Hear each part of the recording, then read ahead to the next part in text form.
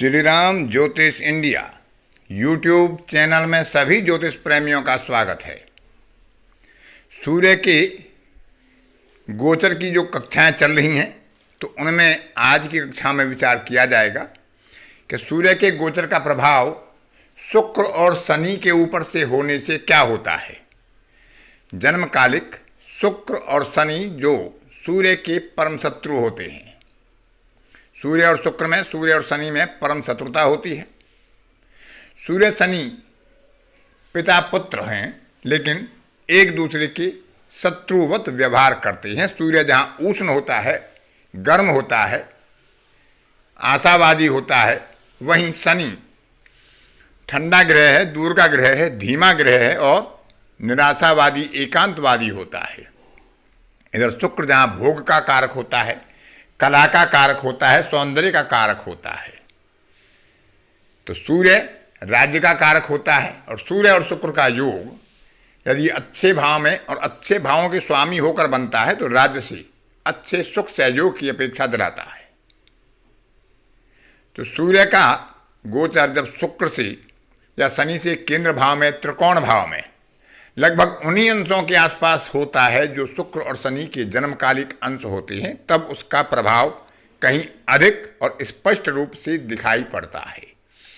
फिर भी दीप्तांश के अंदर यदि इनका गोचर हो रहा होगा तब भी उसका सामान्य प्रभाव दृष्टि गोचर होता है, लेकिन यदि गोचर में 15 अंश से अधिक का अंतर होता है तब वह प्रभाव दृष्टि गोचर नहीं होता है। तो दीप्तांशों का विशेष ध्यान रखें। अष्टक वर्ग की कक्षाओं का विशेष ध्यान रखें।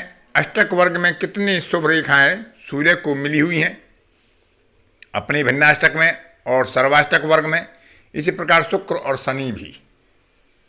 तो इस तरह से कक्षाओं का बहुत महत्व होता है। अष्टक वर्ग में किस ग्रह ने किसको शुभ रेखा किस कक्षा में प्रदान की है और जिस कक्षा में ग्रह विराजमान है या गोचर हो रहा है, क्या उस कक्षा में उस ग्रह के द्वारा शुभ रेखा मिली हुई है तो वह उसके लिए एक अच्छा संकेत है। यदि शुभ रेखा नहीं मिली है तो वह अच्छा होने के बावजूद भी अच्छे फल प्रदान नहीं कर पाएगा और खराब ही करेगा। लेकिन शुभ रेखा होने के बाद उसकी अशुभता भी कहीं ना कहीं कम हो जाएगी।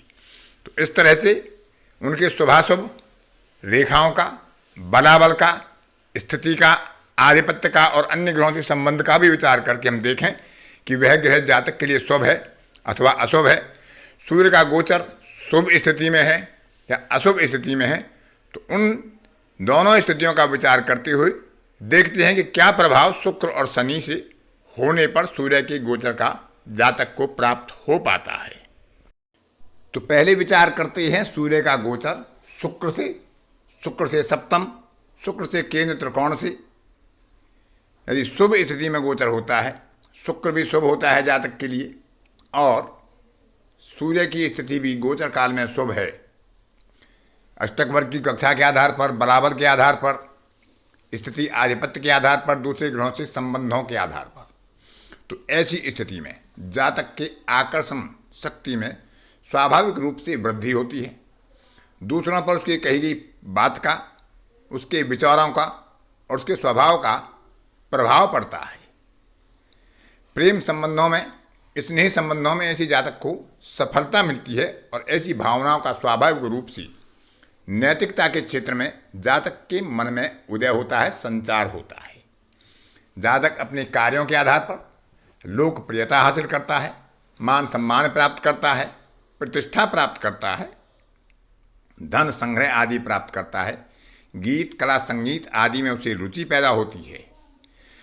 अपनी भावनाओं, आंतरिक भावनाओं और प्रेम संबंधों का प्रकटीकरण करने की क्षमता होती है और वह शुभता का ही लक्षण प्रदान करते हैं।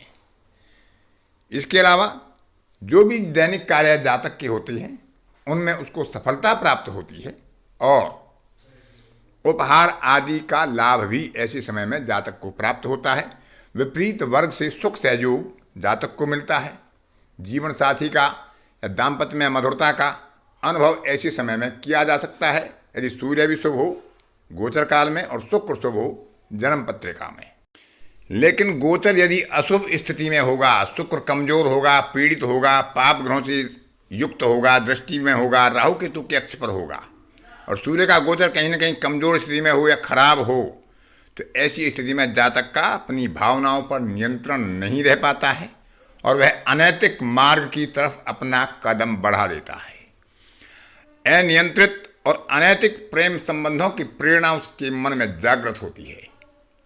अति और अनावश्यक व्यय ऐसा जातक कर पाता है, जिससे उसका धन संग्रह कम होता है और उसे कष्टों का सामना उस व्यय के कारण करना भी पड़ता है। सुख की चाह में जातक नैतिकता और अनैतिकता का भेद छोड़ देता है।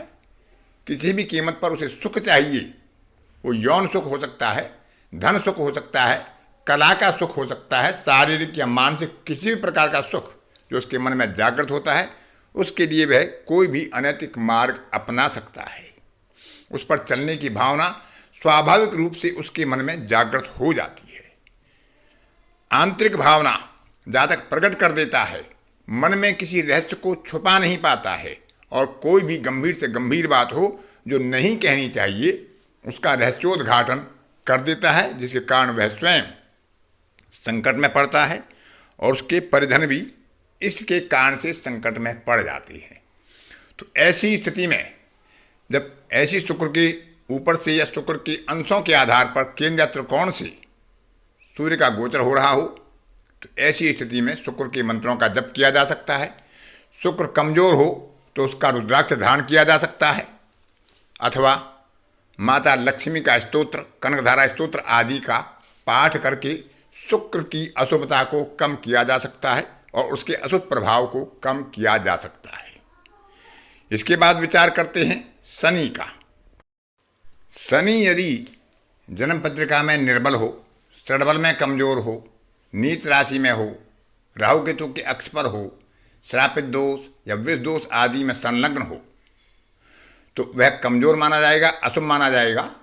और उसके ऊपर से केंद्र त्रिकोण से जब गोचर होगा तो वह अच्छा नहीं होगा। लेकिन शनि यदि योग कारक हो, अच्छी स्थिति में हो, शुभ ग्रहों की युति या दृष्टि में हो, बलवान हो, स्वराशि में हो, उच्च राशि में हो और सूर्य का शुभ गोचर जन्म काल के शनि से केंद्र त्रिकोण अथवा उसके ऊपर से अंशात्मक दूरी में हो रहा हो, तो जातक के स्वभाव में शांति प्रियता आती है, एकांत वास आता है, शोर शराबे से दूर वह दृढ़ निश्चय के कारण अपने कार्यों को सफल बनाता है। दूसरों के द्वारा दिया हुआ ज्ञान, धन या जो भी सहयोग होगा उसको ग्रहण करने की शक्ति ऐसे जातक में प्रबल रूप से बढ़ जाती है। वह उन सभी ज्ञान आदि को ग्रहण करता है और सही मार्ग पर सही समय पर उसका उपयोग करता है। ऐसा जातक आत्म आग्रही हो जाता है, उसे किसी अन्य के द्वारा प्रेरणा की आवश्यकता नहीं होती। वह अपने स्वयं की प्रेरणा से अपने कार्य को आगे बढ़ाता है, सफलता हासिल करता है और सोच समझकर निर्णय लेता है और अपने निर्णय को सफलता में परिवर्तित करने का पूरा प्रयास भी करता है। एकांत प्रियता बढ़ जाती है, लेकिन एकाग्रता बढ़ जाती है और जब एकाग्रता बढ़ती है तो मानसिक बल जातक का प्रबल हो जाता है। रचनात्मक कार्यों में सहनशीलता ऐसे जातक को प्रबल होती है जब सूर्य शनि के ऊपर से गोचर करता है। सूर्य भी शुभ गोचर करे, किसी ऐसी कक्षा से गोचर करे जहाँ उसे शुभ रेखा मिली हो और शनि भी अच्छी स्थिति में विराजमान हो, क्योंकि शनि वृद्ध है। तो वृद्ध जनों से ऐसे जातक को सहयोग मिलता है, ज्ञान मिलता है, उनके संपर्क का लाभ मिलता है और अपने से बड़ों की या उच्चाधिकारियों की या वयोवृद्ध व्यक्तियों की कृपा प्राप्त होती है, जो जातक के भाग्य को आगे बढ़ाने में सहायक होती है। जातक की प्रगति बेशक धीमी हो, लेकिन वह प्रगति सतत होती है, निरंतर होती है और वह सतत प्रयास के आधार पर आगे ही बढ़ पाता है। अपनी सफलता को सुनिश्चित करने की क्षमता ऐसे जातक में हो जाती है जब सूर्य शनि को प्रभावित कर रहा हो अपने शुभ गोचर के द्वारा। शनि क्योंकि सेवा का कारक है और सूर्य राज्य का कारक है, तो सूर्य यदि शनि को प्रभावित कर रहा हो शुभ गोचर में, तो जातक को राजकीय क्षेत्र से नौकरी आदि की सफलता भी ऐसे काल में बढ़ जाती है। यदि गोचर अशुभ स्थिति में हो, शनि की स्थिति कमजोर हो, सूर्य का गोचर भी कमजोर हो, तो ऐसे जातक को शारीरिक कष्ट या शारीरिक दुर्बलता का अनुभव उस कालखंड में होता है। कार्य में विलंब होता है, अनावश्यक रूप से बाधाएं आती हैं, विघ्न आते हैं और बंधन भय की संभावनाएं बढ़ जाती हैं। वह अस्पताल का बंधन भय हो सकता है या राज्य का भय हो सकता है। निम्न वर्गीय लोगों से अवमानना का भय ऐसे समय में जातक को हो सकता है। मन में निराशा जागृत होती है, आशा का संचार कम होता है, अपने आप को जातक उपेक्षित महसूस करता है। अस्थियों में, जोड़ों में कष्ट हो सकता है यदि ऐसे काल में शनि का गोचर भी खराब हो और शनि की दशा अंतर्दशा प्रत्यंतर दशा भी चल रही हो और अपने उच्चाधिकारियों की, वयोवृद्ध व्यक्तियों की कृपा और सहयोग जातक को प्राप्त नहीं हो पाता है। अनावश्यक रूप से जातक अपने कार्य में विलंब करता है, प्रगति धीमी होती है, कमजोर होती है। आलस्य की अधिकता होने से कभी कभी वह अपनी गलत निर्णय के कारण अपने ही आप को या अपने कार्यों को विलंबित कर देता है या उनका फल उसे समुचित रूप से प्राप्त करने में समस्या आती है। तो इस तरह से शुक्र और शनि की शुभ और अशुभ गोचर का विचार हम कर सकते हैं जब उनके ऊपर से सूर्य का गोचर होगा। एकादश में यदि सूर्य का गोचर होता है तो वह वैसे भी लाभकारी होता है, लेकिन केंद्र और त्रिकोण में उसका विशेष विचार किया जाए, सप्तम भाव से विचार किया जाए और जहाँ शुक्र और शनि बैठे हैं उस राशि से विचार किया जाए।